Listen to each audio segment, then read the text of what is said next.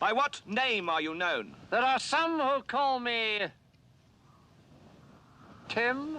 Welcome to another episode of Timmy Talks, the channel where we talk old school magic. And today we are back in Leeuwarden, the Netherlands for the Uthden Troll Cup. And we have reached the top 16. And in the top 16 we have an all-German battle. We have Thomas gegen Max. Ja, ich spreche ein bisschen Deutsch, but don't worry, I'll keep it English for this video. Thomas is playing a blue and white control deck with some really cool altars, and he's playing the Hive. So it's really cool to see the Hive make it into a top 16 match. And he's taking on Max. Max is also playing dominantly blue and white, but he's chosen a different strategy. He's playing more aggressive. It's blue and white flyers. Now, both players have splashed some colors. Of course, Demonic Tutor, Mind Twist is in both the decks, and we also see a little bit of red for that direct damage, but more about that in the deck tech section of this video. And before I start with the deck techs, I would first like to point out that, as always, you can also choose to go to the games first, check out the decks later. The easiest way to do this is by checking out the description below, because there you will find several timestamps. One of the timestamps reads MTG Games, so if you click on there, it'll take you straight to the games. And in that same description below, you can also find a link to the Timmy Talks Patreon page, and that is patreon.com/TimmyTalks. So if you'd like to support me as a content creator, please take a moment to check out patreon.com/TimmyTalks and find out how you can become a supporter of the channel. Okay, and now that that is all out of the way, we are going to start with the deck techs. I'm going to start with the player on the left, that is Thomas. Let's take a look at his blue and white control deck. And here we can see the blue-white control deck of Thomas, and I guess you could also say the deck, of course. For some reason I say UW control, but of course it's also pretty much the deck. I mean, I'm not sure how many books he's running. I'm only seeing one. It's a bit hard, right, because he mixed up the deck photo, which is fine, of course. But besides that, we do see just a lot of control elements. You know, we're seeing modes, we're seeing counter magic, we're seeing Swords to Plowshares, we even see a Wrath of God. We do see 2 Serra Angels in the deck. I believe those are the only creatures, if you don't count in the Mishra's Factories, of course. And then he's got the Hive. And I think whenever you play with the Hive, it's kind of, you're showing that you really have a control build, right? The Hive is a very slow card, but if you've got control, it's a very good card. So it's 5 to cast, 5 and tap, and you can make a 1/1 flyer. Now, of course, in the modern Magic, where, I don't know, for 5 mana, I don't know what even happens. You get like 5 race cards. I have no idea, but you basically win the game if you have 5 mana. But in the olden days of Magic, you know, where we take it slower and where the game is more strategical, the Hive is actually a very good card and a very solid card in the right build, of course. So in this build, I think it's going to be really cool, and I'm looking forward to see the Hive do its thing. What's also kind of standing out here in this list is that one red card, the Fireball. Fireball, of course, being a great finisher. Again, if the game takes longer, it's one of those grindy games, you've got full control, then a Fireball top decking can kind of win you the game. That's quite nice. And of course, when you add red to it, you also have access to your red elemental blasts in the sideboard. And I think those red elemental blasts could be quite handy in the matchup against Max, because Max is also playing dominantly blue and white. So then, of course, his red elemental blasts will be quite handy. Talking about that, let's take a look at the deck of Max.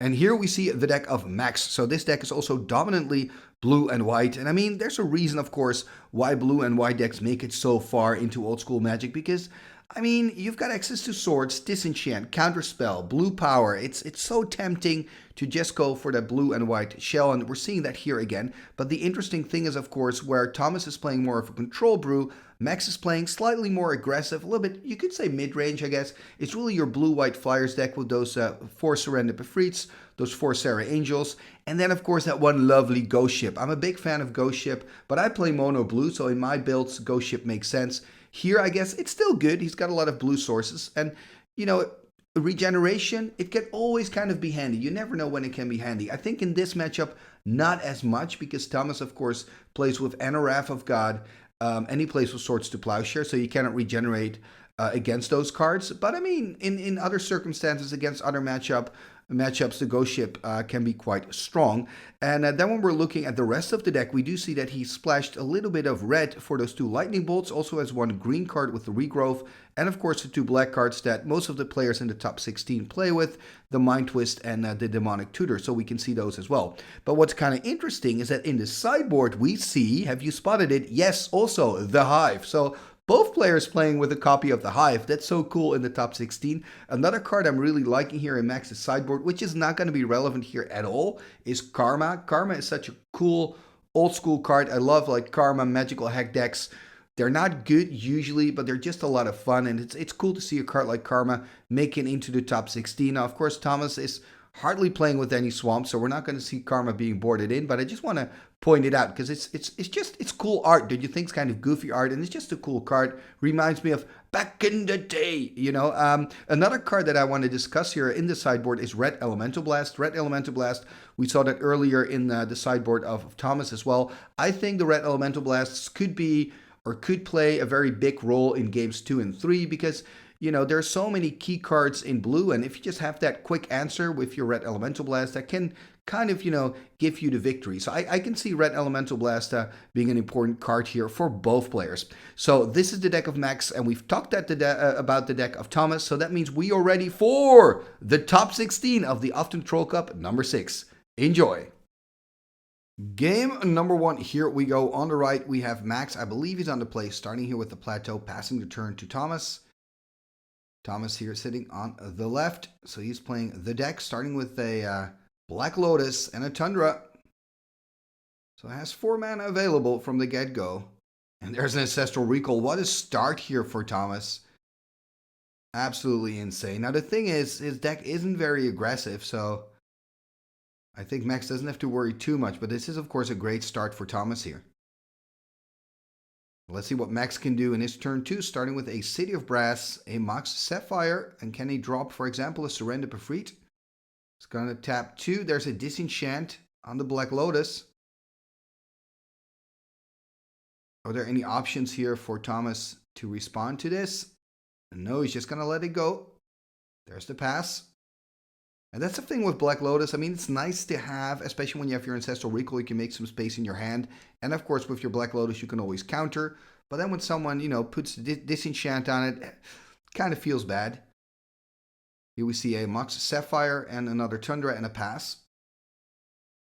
Max, you take another turn. Ooh, we can see that card. So Library of Alexandria there. That's some key information, actually, that Max here is giving away, of course, by accident. For example, if he now decides to play out nothing, you know that his plan is to just accumulate enough cards and then play the Loa. But he's decided to just, you know, play the Loa out now since it's out in the open anyway. I think that's a good decision. And Thomas here finding, I believe, a Mishra's Factory. It looks like an altar. There we see a Mox Jet, so has 5 mana now. He is playing with 2 Serra Angels. I would be surprised if he would now play out his Serra, but it is an option. Also plays with the Hive, of course. The Hive also being 5 to cast and 5 to use. I'm kind of expecting him to just pass the turn here since his deck is so controlling. Cannot really see his hand. Like if there's a counterspell in there, like the pass turn is almost a no-brainer. But we don't know, of course. It looks like he is thinking about making a move here. Looking at the Mox in there, tapping the Jet and the Sapphire. Does he have, for example, a Demonic Tutor in hand? Okay, tapping a 3rd mana as well. Keeping 2 blue open. So that really shows a... oh, he's going to go for Recall. That really shows a potential counterspell in hand. He's going to go for Recall. Probably wants to recall the Ancestral Recall.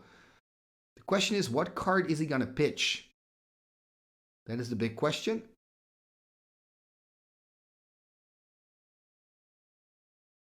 And that's, of course, the hard question as well. I mean, the target is easy, Ancestral Recall, but what to take out of your hand? That's the hard one. Ooh, Fireball going to go in there. I didn't see that coming since Fireball is, of course, one of his, like, win cons in the deck. Then again, Fireball for now and for the near future is not going to play a big role. Playing here in Ancestral Recall, probably on end step here of Max. So Thomas playing a 2nd Ancestral, so has already drawn 6 cards from those 2 Ancestral Recalls. And untapping here, taking on his turn.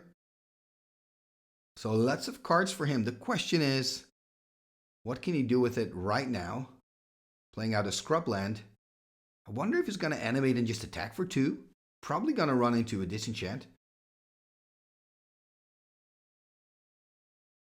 So still lots of cards in hand here for Thomas. Gonna tap 2, the Mox Jet and the Mishra's Factory. Okay, there's a Chaos Orb. Passing the turn. And again, keeping 2 blue open. Actually has 3 blue open if you count in the Mox Sapphire. Yeah, and this is really going to be a strategical matchup. I was actually kind of hoping that maybe Max would be able to, you know, put some early pressure on the board with a Surrender, kind of forcing Thomas to take action. But Thomas's deck, of course, is very passive. And, you know, Max's deck can also be quite passive if you look at the list. He doesn't have to play aggressive. Okay, we do see activation here of the Chaos Orb. Look at that, gonna flip here on the Library of Alexandria. And Max is gonna allow it here. There's the flip. That's a hit. And I mean, that's a lot of pressure, you know, flipping at a top 16 of the Uthden Troll Cup. Remember, we've got 200 Magic players here battling it out to be the winner today. So when you make it into top 16, that's already quite an accomplishment. And then to flip on stream, you know, on the streaming table in the top 16, that's a lot of pressure. But that was a beautiful flip by Thomas. And here we see the moat being deployed. Now, moat is not going to be a huge problem for Max. You know, Max has a playset of Surrenders, playset of Sarah Angels. Of course, it doesn't mean he can no longer attack with the factory, which is a bit of a nuisance. Do remember, of course, Max has access to Disenchants as well. Here we see a Mox Jet and a Scrubland. 4 or 5 cards in hand, I believe, now for Max. Max passing the turn. Yeah, 4 cards in hand for him. Looks like one of those cards is a Swords and a land, I believe. Let's see what Thomas can do. There's the Mox Ruby, also just a pass of the turn. Yeah, this is kind of what I expected here in this match. Both players playing with a lot of answers. That's the thing with blue and white with these matchups. Paying 3 here. There's, ooh, that's a Surrender Befried. Okay, we're going to see some action then. I guess a 3/4 flyer. This is the revised edition, originally coming out of the Arabian Nights set. 3/4 flyer that deals 1 damage during your upkeep. Here we see a maze though. That's unfortunate here for Max. That maze is very annoying for him, drawing a card for turn. And now you can do 2 things, right? You can play another flyer so that you can deal some damage, you know, because he only has 1 maze. Or you can try to find a way to get rid of the maze. Or if you don't have those options, you just pass the turn.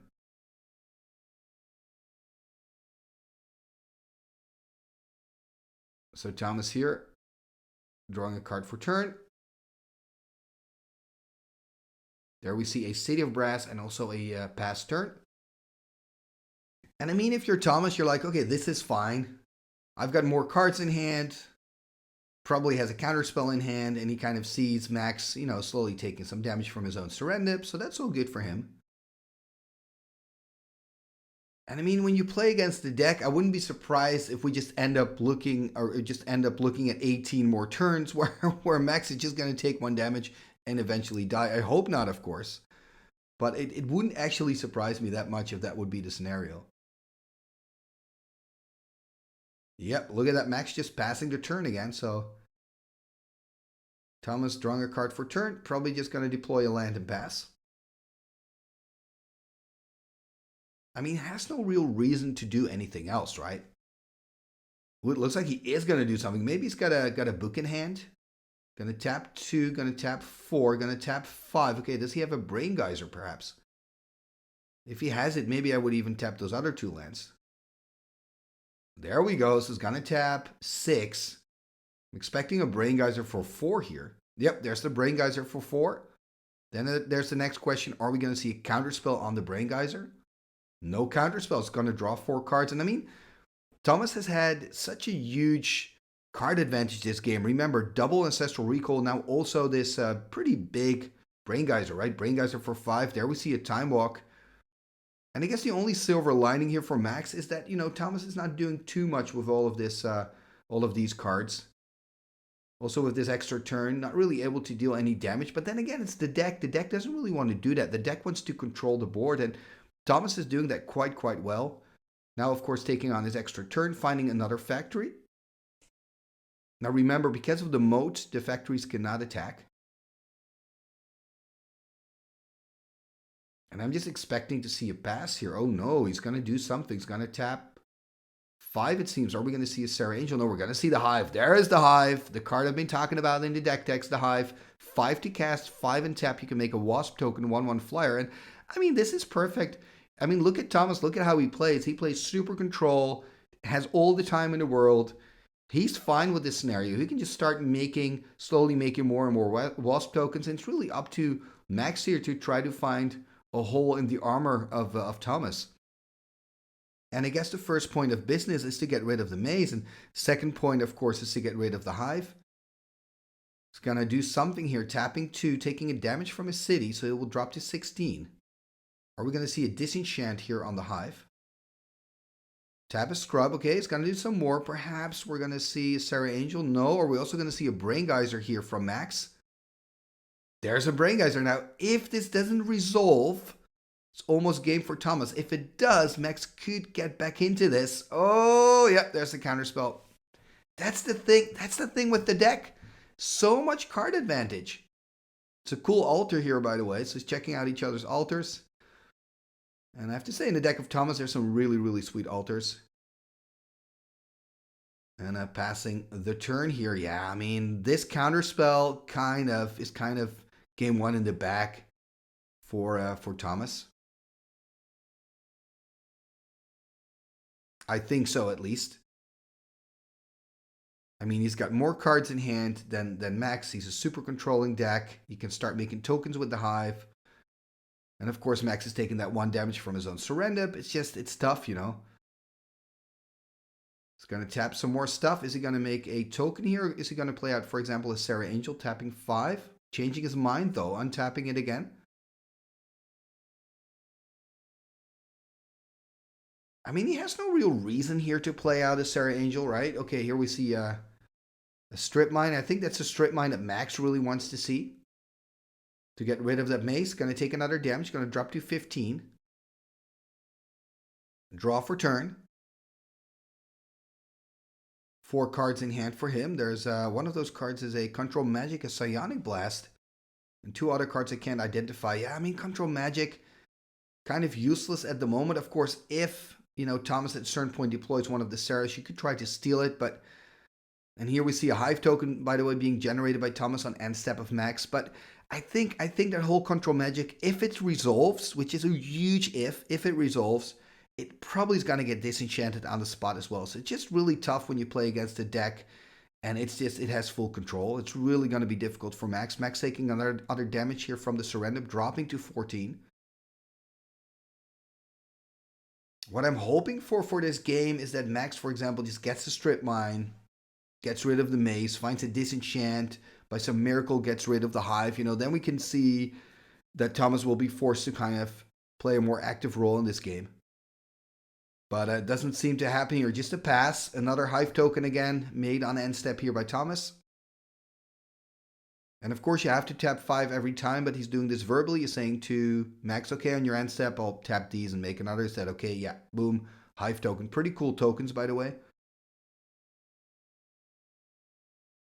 So 2 1/1 flyers here for Thomas, and I'm just expecting another pass. I mean, his plan is working out perfectly. There's no reason for him to do too much. He's going to tap 2, it seems, some Ruby and the Scrubland. Are we going to see a Demonic Tutor? No, we're going to see a Disenchant on the black mana. So taking away here the Mox Jet. Probably going to do this because he has to discard otherwise. And there we do see a counterspell in the hand of Max. So if he can time it right, he could make a play protected with counter magic. He's on 13 now, by the way. Also just passing the turn. Another Hive token here for Thomas. So that's 3 already. Yeah, I remember, you know, back in the day, you know, the innocent days of Magic where we would play Angelic Voices together with the Hive and we thought we were so clever. There we see a counterspell here on this Disenchant, by the way. Does mean another damage from Max because he had to tap his City of Brass for the second blue source.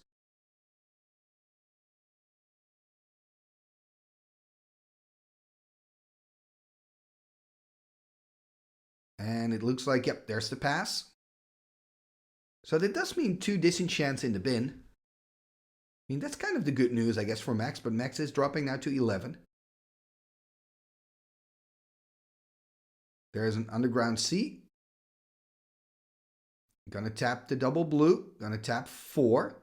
Oh, there's a Control Magic. So he's gonna Control Magic one of the Hive tokens. I mean, you've got to do something, right? You can die slowly, or you could at least try something. So I kind of get this. And of course, he's making another one. So I wonder if next turn we're going to see... probably not. Why would Max attack? I want to say if we're going to see an attack with the Hive token and the Surrender, but I guess we're not. And of course, Thomas again making on end step another 1/1 flyer. Passing the turn. Another damage here for Max, dropping to 10.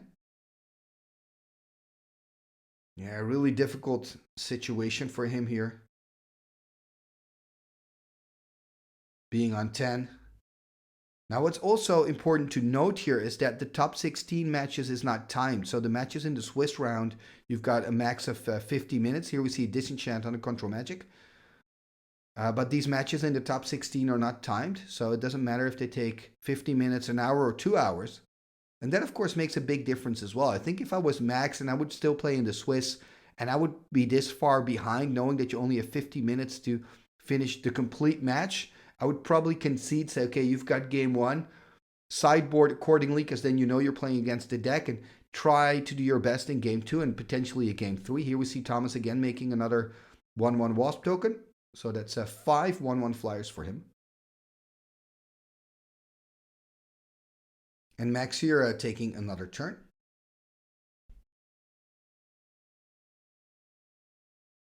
So yeah, 5 1/1 flyers. And look at that. I mean, Max is already on 9, and that's only damage from his City of Brasses and that one Surrender Profit. Remember that moment that he played that Surrender Profit and Thomas had that really quick answer with the Maze? That was very unfortunate for Max.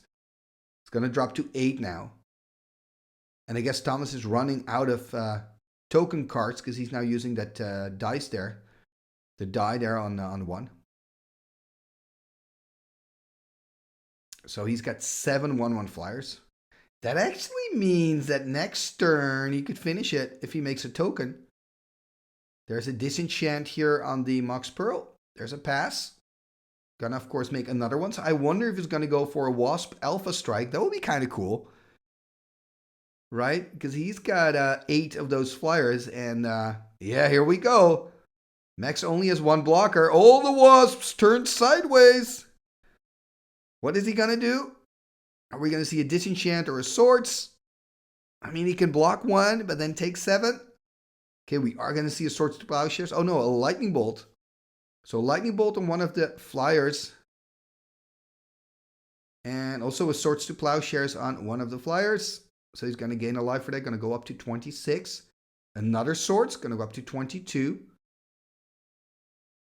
Does mean 4 damage still, I believe.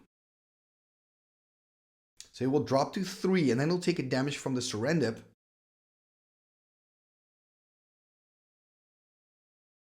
I think so, at least.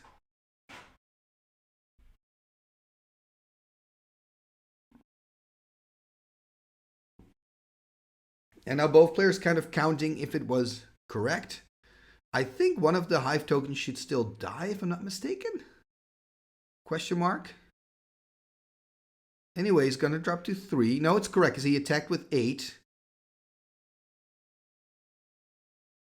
He attacked with 8, right? So you've got Lightning Bolt go to 7. 2 swords go to 5. You block 1, so you would go to 4. So I believe he should be on 3. And maybe that's what the players are discussing right now.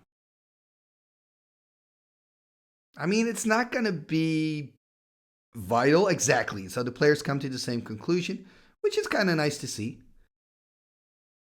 And I think what's important to note, by the way, when you see these players play, they've been playing the entire day, right? We start 10 in the morning. Usually these tournaments take up to like 12, midnight, sometimes even later. So you're playing the whole day, and mistakes are very, very easy to make. I have to say both of these players playing very clean Magic. I haven't seen a single mistake. Doesn't mean there's not any, but I just haven't seen one. Okay, there we see a Psionic Blast. End of the road here for Max. And yeah, it was kind of obvious. The good news for Max, though, is it's just game 1. So both players are going to dive into their sideboards and we will catch back up with them in game number 2. Game number 2, here we go. So we've got Max on the play now, sitting there on the right. Let's hope he can have a quick opening, you know, aggressive surrender, attack, attack, attack. Thomas on the left, he's of course on the draw. The deck player wants to play that control game again that he did so well in that first game. It was beautiful to see the hive in action. Look at this, Thomas taking a mulligan here. So deciding to shuffle his hand away. I guess Max is keeping. Can't really see the cards in hand. Lots of glare from that angle. We're just going to have to wait and see. And like I said, I think it's really important for Max to try to speed up the game. If he plays too slow, Thomas is probably just going to play his control game. Now, do remember, Thomas, of course, had a great draw with that Ancestral Recall in the first turn. And also being able to get the recall back, playing the huge Brain Geyser as well.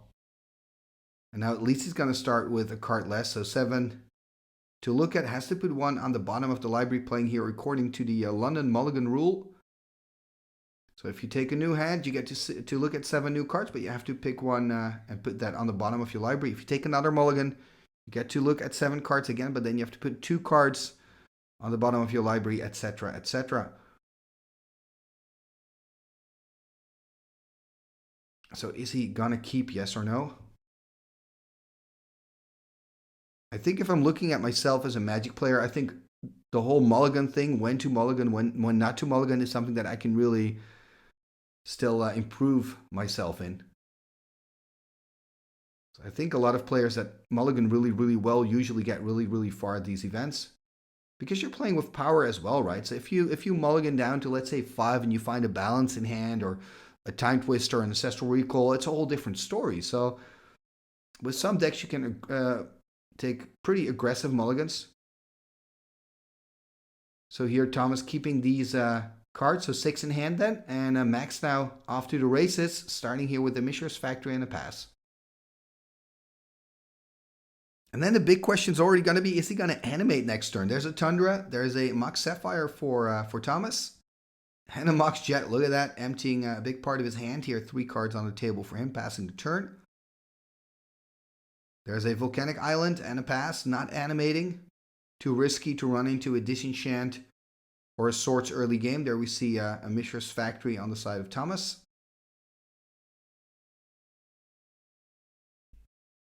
You know, and factories could play a pretty big role in these matchups. Of course, we saw that moat from Thomas in game 1 kind of taking the factories out of the equation, but I wouldn't be surprised if this turn they're going to play a big role. Look at this, by the way, Mind Twist here. Oh man, that is tough. Also because he doesn't have double blue to play the counterspell in hand. That is so tough. So he's going to lose 3 cards here. That's bad news for Max. And now he can pick his 3 cards. Card number 1. Oh, he's going to lose his Mind Twist. Painful. And a Counterspell. And a Red Elemental Blast. Wow. 3 really good cards here lost by Max so early on in the game. That is so unfortunate. I mean, there's a plateau. Gonna animate swinging for 2 or not? No, he's gonna do something else. Disenchant here on the Mox Sapphire, passing the turn.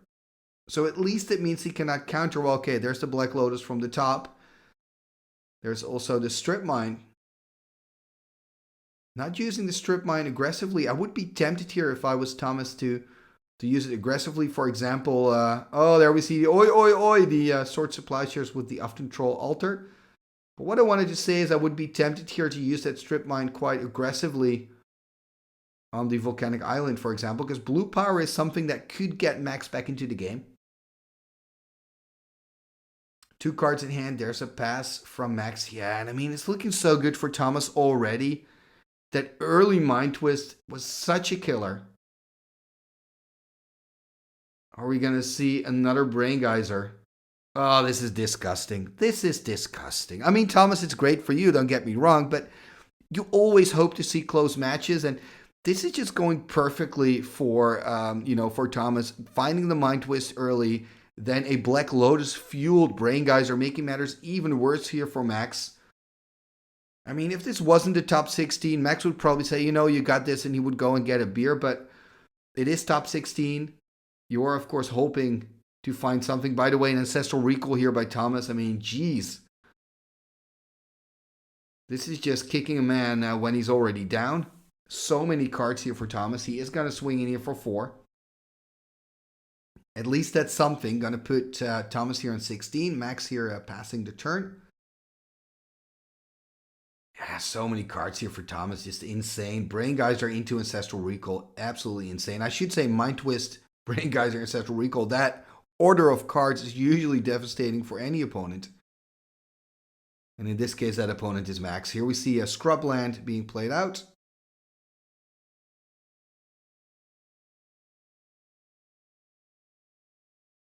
Going through the hand again.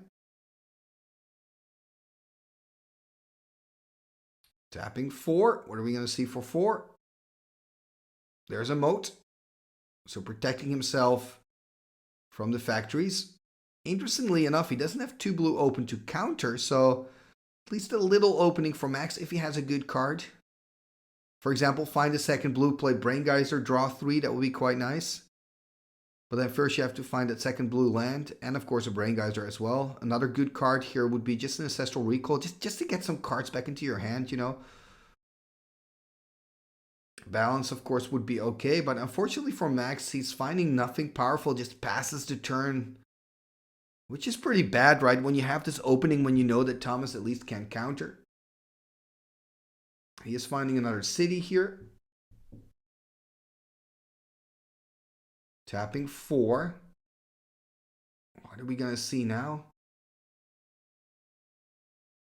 He's going to untap again. Tapping 5. Okay, does he have his Sarah in hand? Yep, there's a Sarah Angel. Playing 2 Sarah Angels in the main. And he's going to strip here the Volcanic. Yeah, I kind of expected him to do that earlier.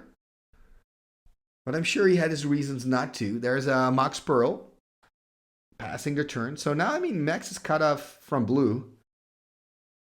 Which is kind of the comeback color here. I guess balance is the one card that Max really has to hope for. And then it has to, you know, resolve as well, which is a pretty big ask. There's a Strip Mine. There's a Disenchant here. I guess on end step here on the Pearl. Yep, on end step.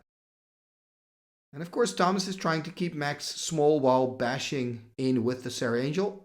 Tapping 4 more. There's a Gem Day Tome. Yeah, it's looking so bad for Max here. Okay, at least there's a Tundra, so he's got blue back again. I mean, he just needs the swords, right? To get rid of the Sarah and then hopefully draw into something good. Gonna drop to 8 here, so no swords in sight, it seems.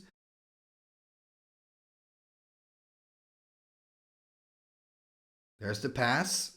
Go, Max. Find something. Get back into this. I believe it's a Mox. Yeah, Mox Sapphire found. Does have 2 blue now, so maybe a Control Magic. Gonna tap 4. Gonna tap 5. What are we gonna see for 5? Also a Sarah Angel. No, a Brain Geyser. Of course, didn't tap double white. Couldn't be a Sarah. It's gonna Brain Geyser. Are we gonna see a Counterspell, though? It's gonna draw a card first with the Tome. Are we gonna see a Counterspell? We saw a Counterspell in game 1, which is pretty crucial. Yeah, no Counterspell. Okay, I'm happy. I'm hoping that he can maybe draw into something else useful, that Max can get back into this, and we're going to see a game 3. I mean, there's a small chance. Lots of counter magic there in hand, which is just not great for Max at the moment. There we see a Disenchant on end step again. So he's really targeting the Moxen, right, with the Disenchants. It's quite interesting to see. There's an Underground Sea. There's an attack again for 4. So he's going to drop to 4. No Swords to Plowshares, nothing. So 4 life. There's a Fireball. Is this end of the road? It's the end of the road. Oh, man.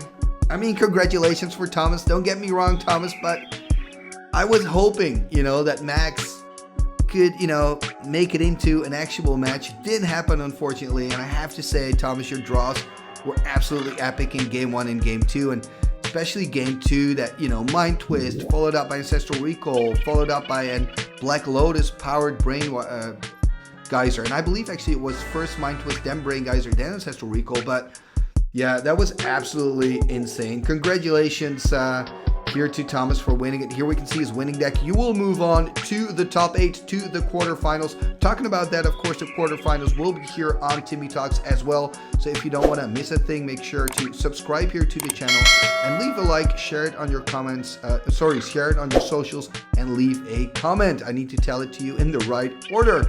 All these things are free and really help the channel move forward. And talking about moving forward, you can also, of course, become a patron of the show. Check out patreon.com/TimmyTalks.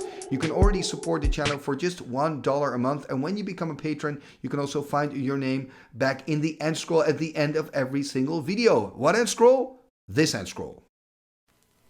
What shall we do with the drunken sailor? What shall we do with the drunken sailor? What shall we do with the drunken sailor? Early in the morning, way hey and up she rises, way hey and up she rises, way hey and up she rises. Early in the morning, putting in the longboat until he's sober, putting in the longboat until he's sober, putting in the longboat until he's sober. Early in the morning, way hey and up she rises, way hey and up she rises. She rises early in the morning. Pull out the plug and wet him all over. Pull out the plug and wet him all over. Pull out the plug and wet him all over. Early in the morning. Way up she rises. Way up she rises. Way up she rises early in the morning.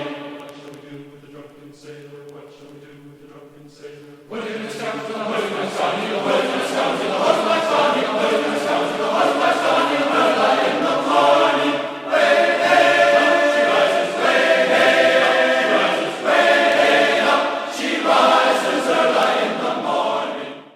Igitus figitus sumba kazee.